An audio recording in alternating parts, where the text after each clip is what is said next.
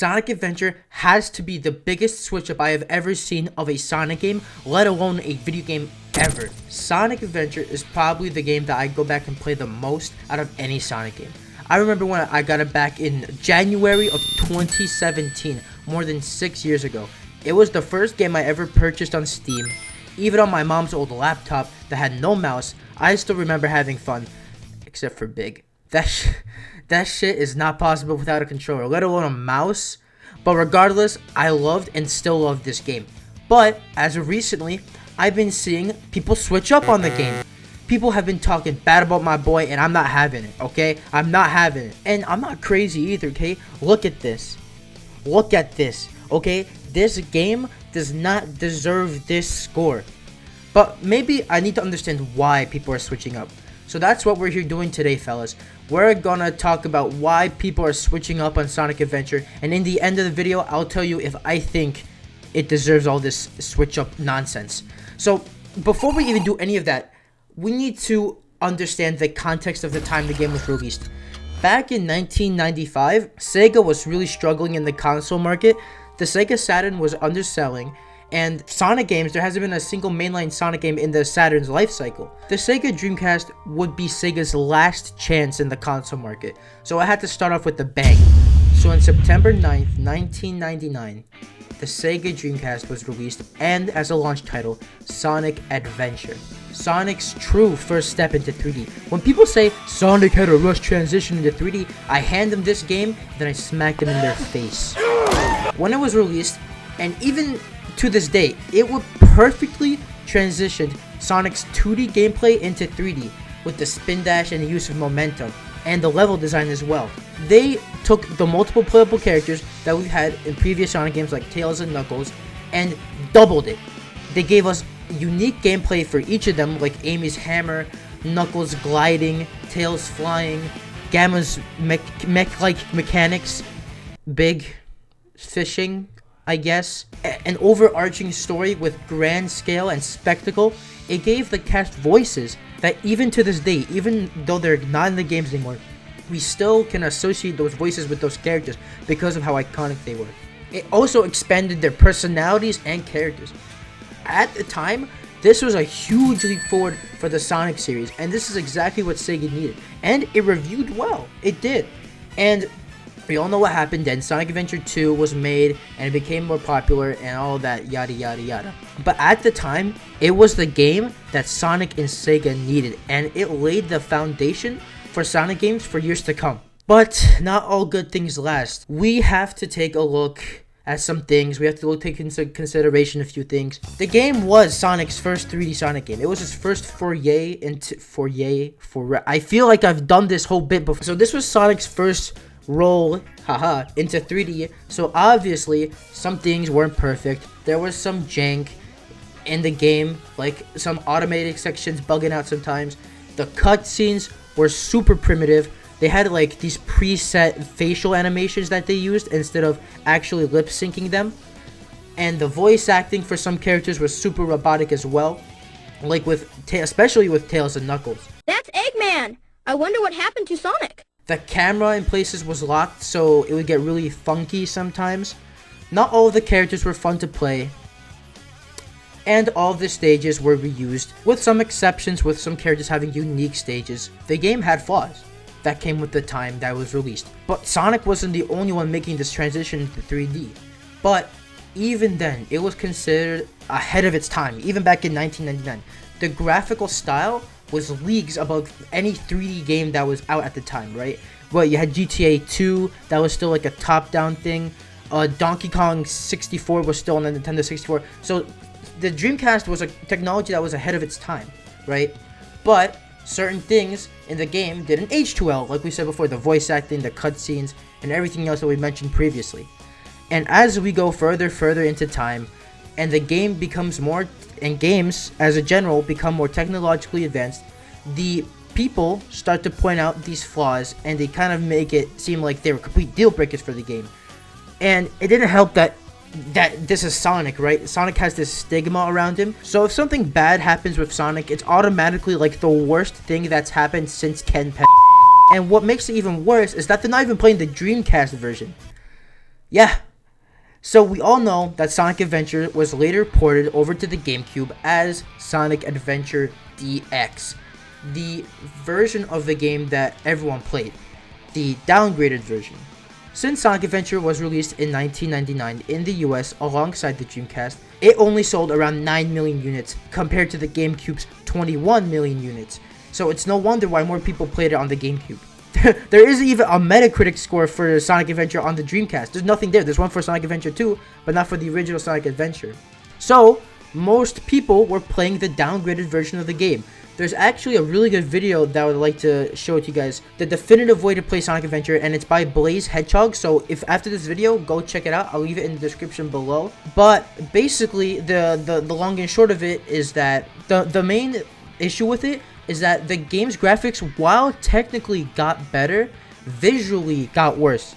The Lantern engine, the Dreamcast's unique lighting engine, was completely lost when porting the game, so certain sections of the game are not lit correctly and lose that Dreamcast flair.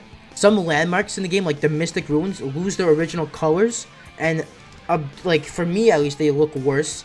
And this one's completely subjective, but the character models were also changed. Well, again, technically they are better. Stylistically, I think they're worse. I feel like I like the Dreamcast models a bit more. The original look was completely gone, but the game still played the same, so the game is still good, right? So people at the time didn't have really a problem with it. The problem is those aspects that tend to not age as well in games, like the visuals and the glitches, now stick out even more. And with each port, the game seems to have alterations that make the visuals worse. Like when porting from the GameCube to PC and Xbox 360, Sonic and his friends now look like they're made of plastic. And the cool water effect that was in the GameCube version was taken out for some reason. So, the rough port jobs didn't really help this game's case either. And we're talking about Sonic, okay? He is going to be compared to other games, most notably Mario.